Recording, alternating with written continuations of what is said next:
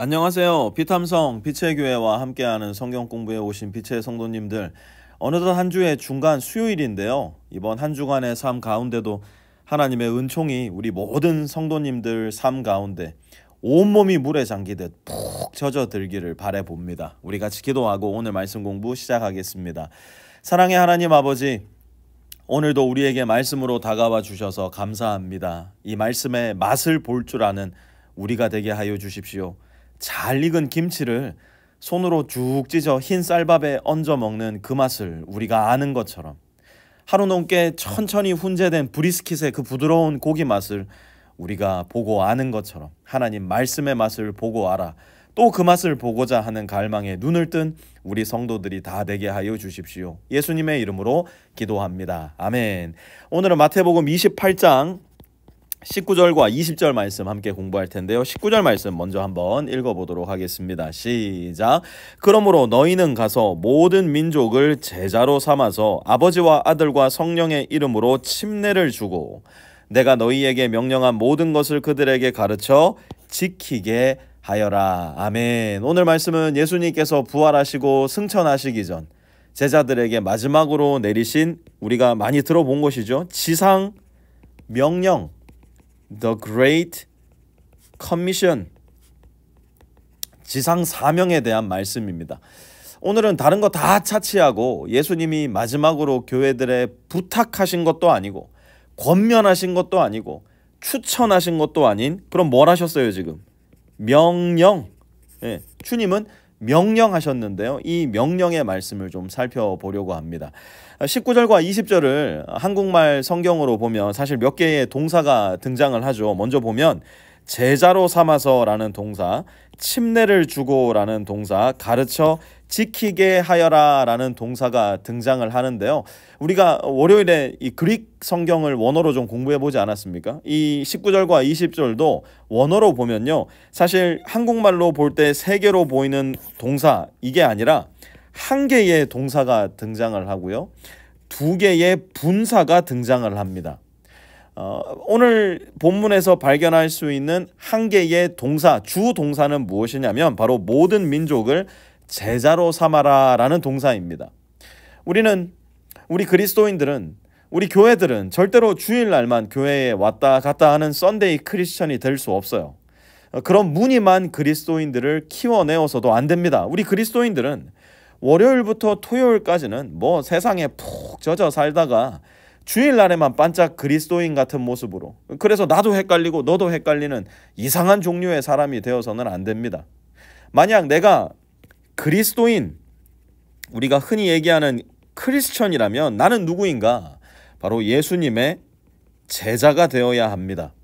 또한 내가 만약 그리스도인, 예수님을 믿는 사람이라면 나는 그 즉시로 또 다른 사람을 예수님의 제자로 만드는 일을 시작해야만 합니다. 여러분, 내가 직장에 다니는 이유, 내가 경제활동을 하는 이유, 내가 밤늦게 동네를 뜀박질하면서 운동하고 몸을 관리하는 이유, 내가 가정을 보살피고 내가 교회를 섬기고 봉사하는 이유, 그 모든 것은 사실 예수님의 지상 대명령, 곧 모든 민족을 예수님의 제자로 삼는 데 있음을 우리는 반드시 기억해야만 합니다.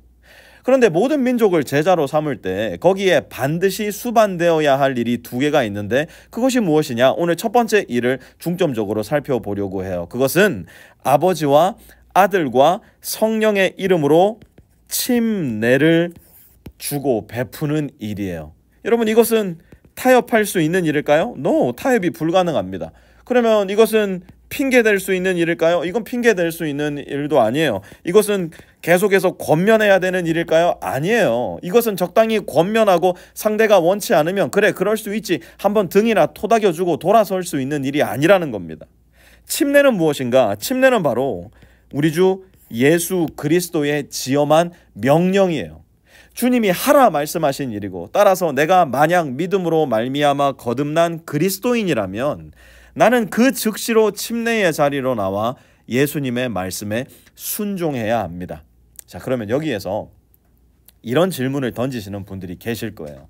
저는 이런 질문을 여러 번 받았어요. 목사님, 저는 구원받은 것은 확실한데요, 그런 믿음이 있는데요, 하지만 아직 제 믿음이 충분히 성숙하거나 성장하지 않은 것 같아서 이 침례받기 좀 꺼려집니다. 조금만 더 기다렸다 침례를 받아야 하지 않을까요?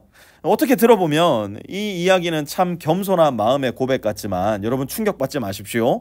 사실 이보다 더 교만한 마음은 없어요. 자, 다시 19절 보세요. 그러므로 너희는 가서 모든 민족을 제자로 삼아서 아버지와 아들과 성령의 이름으로 침례를 주고, 이것을 피침례자, 침례를 받는 사람의 입장에서 읽으면 어떻게 되는 줄 아세요? 그러므로 내가 만약 예수님의 제자가 되기로 작정했다면 아버지와 아들과 성령의 이름으로 침례를 받아야 한다라는 것이 된다는 겁니다. 예수님을 믿고 10년간 신앙생활을 한 뒤에 이런저런 성장과 성숙을 경험하고 난 뒤에 침례를 받아라 말씀하지 않으셨어요. 이런저런 봉사활동과 섬김과 나눔을 실천한 뒤에 침례를 받아라 말씀하지도 않으셨어요. 그럼 뭐라 하셨어요? 모든 민족을 제자로 삼아서 아버지와 아들과 성령의 이름으로 침례를 주고, 예수님을 믿어 제자가 된 사람 그 즉시로 침례를 받으라 말씀하고 있는 겁니다. 또 어떤 분들은 그런 생각하는 분들도 계세요. 목사님, 뭔가 제 마음에 이 느낌, 이 감정이 안 느껴집니다. 뭔가 침례를 딱 받아야 되겠다라는 도전이, 결심이 서야 되는데 그 결심이 안 섭니다. 그런 분들께 제가 묻고 싶어요. Who are you? 도대체 여러분은 누구십니까? 예수님이 여러분의 주가 맞으십니까?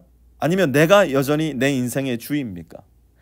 예수님이 내 인생의 주이시면 내 느낌이 오지 않아도, 내 감정이 받쳐주지 않아도 주님이 하나시면 그대로 하는 겁니다. 그것이 예수님을 믿고 예수님을 따르는 제자의 본 모습이라는 거예요. 자, 이쯤 되면 또 이런 의문이 드시는 분들도 계실 거예요. 어떤 의문이냐? 잘 들으셔야 됩니다. 내가 예수님을 나의 인생의 구세주요 주님으로 영접은 했어요. 그런데 나는 침례를 받지 않고 세례를 받은 겁니다. 이 세례를 받았으니 오늘 이번 주 계속 말씀을 공부하고 보니까 나 침례 받아야 되나? 다시 침례를 받아야 되나? 의문이 드시는 분들 분명히 계시리라 생각을 합니다. 두 가지 경우가 있을 것 같아요. 먼저 내가 예수님을 나의 주님으로 영접했던 때에 내가 속했던 믿음의 공동체가 이 세례를 통해서 믿음의 고백을 했던 교단, 교회에 속해 있어서 나는 이 침례가 뭔지 알지도 못하고 세례를 받았다 하는 분들이 계시다면 여러분들은 침례를 굳이 다시 받지 않으셔도 100% 괜찮습니다. 세례는 성경이 말씀하고 있는 성례의 정확한 시행 방법은 아니지만 교회 역사 속에서 매우 이른 시기에부터 성례로 인정되어 왔고, 수없이 많은 믿음의 선조들이 세례를 통해 자기의 신앙을 고백하고 하나님의 은혜를 경험해 왔습니다. 그건 지금도 마찬가지예요. 그렇기 때문에 이전에 이미 세례를 통해 나의 믿음을 확증하신 분들이 다시 침례를 받는다는 것은 하나님께서 세례를 통해 이미 내게 베풀어 주셨던 구원의 선물과 은혜의 감격을 아무것도 아닌 것으로 내 스스로가 만드는 것이 될 수도 있기에 이러한 경우 제 침례는 굳이 다시 받지 않으셔도 된다 말씀드리고 싶습니다. 다만 두 번째로 내가 유아 세례를 받은 사람이다 하는 경우는 조금 달라요.